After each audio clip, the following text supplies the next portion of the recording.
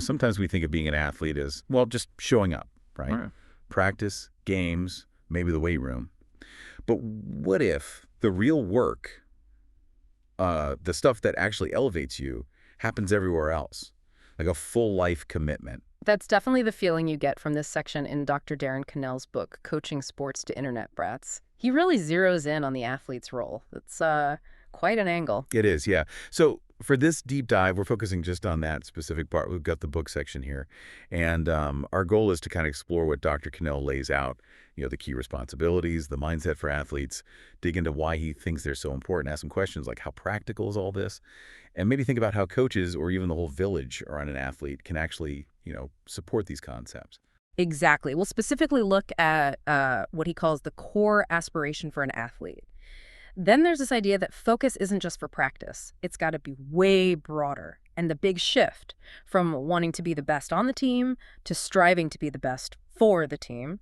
And finally, what actually makes someone a good teammate, according to the book. All right, let's get into it. Dr. Cannell puts forward this core aspiration, reaching the next level by being better today than they were yesterday. Simple phrase, right? Almost sounds like a daily affirmation. And he's pretty strong about it. Says it's the single thing an athlete must aim for. He even adds that any athlete genuinely working on that's the kind of player a coach really wants to coach. Okay, but let's pause there. How practical is that? Better today than yesterday.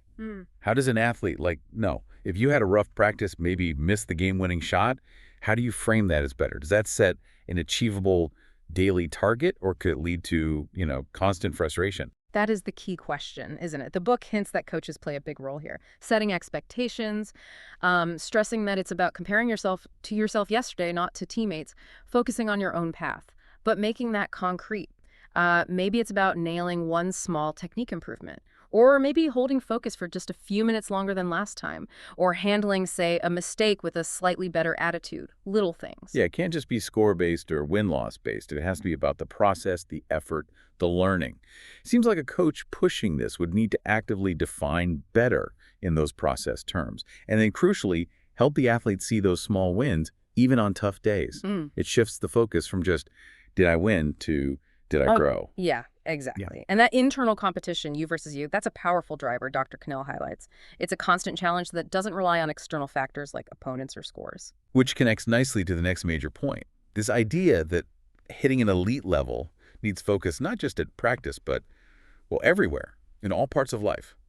That sounds intense, almost like asking them to be sports monks or something. It's definitely asking for a serious commitment. The book lists it out pretty clearly.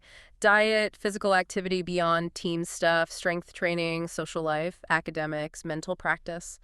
Basically, all other aspects of their lives. Okay, so why? According to the book, why is all that stuff necessary? Why isn't just killing it in practice enough to get you there?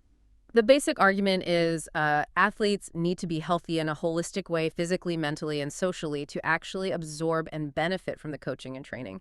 The coach sets up the opportunity, but the athlete has to arrive ready to learn, ready to perform. And the implication is, if those other areas are a mess, it messes up everything else. Like academic problems mean you can't focus at practice. Bad diet hinders recovery and growth from training.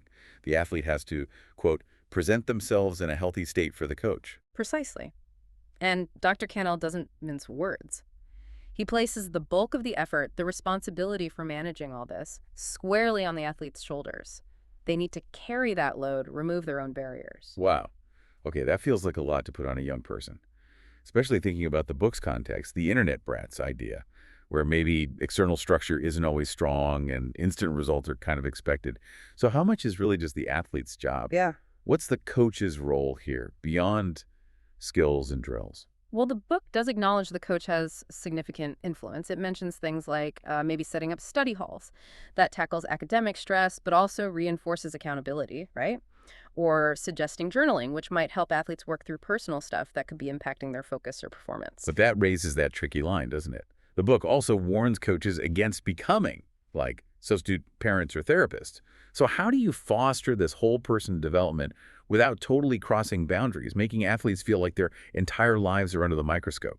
It seems the approach suggested is less about direct control and more about creating a supportive environment that also demands accountability.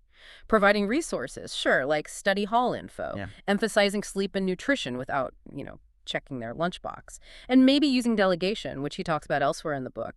Give athletes team responsibilities, equipment, warm-ups, whatever, that forces a kind of maturity, time management. Right. So making them responsible for something bigger than just themselves, that builds that ownership. You have to get your stuff sorted because the team is counting on you. It links personal discipline directly to the group's function. Which is actually a perfect lead-in to the next really key distinction the book draws. It's the difference between wanting to be the best on the team versus aspiring to be the best for the team. Okay, unpack that. What's the fundamental difference there, according to Dr. Kennel? Being best on is mostly about you, your stats, your skills, your individual ranking, essentially.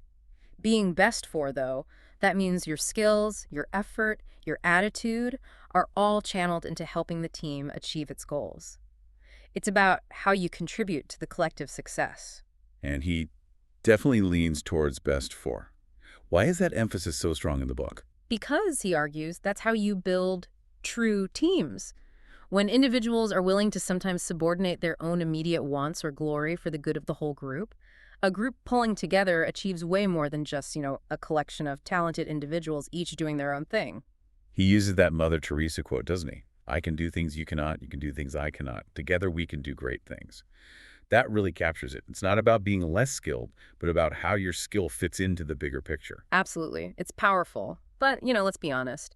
In sports culture, which often spotlights individual stars, how hard is that shift, really? Especially for those highly talented kids who are used to being the best on the team. It feels like it would be incredibly challenging. We're sort of conditioned to chase individual accolades. The book has that line, individuals play the game, but teams beat the odds.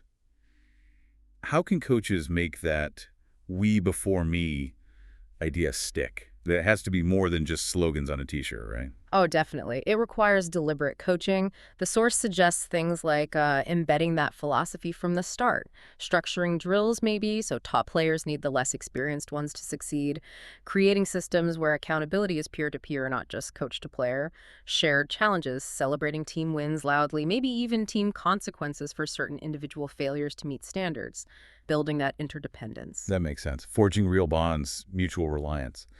Okay, so speaking of being part of that team, the book gets specific about what makes a good teammate. What are some of those key characteristics? He lists quite a few. Things like attitude with a capital A almost, hustle definitely, coachability, confidence, being mentally tough, resilience, and accepting responsibility for your actions. And these aren't just personality traits.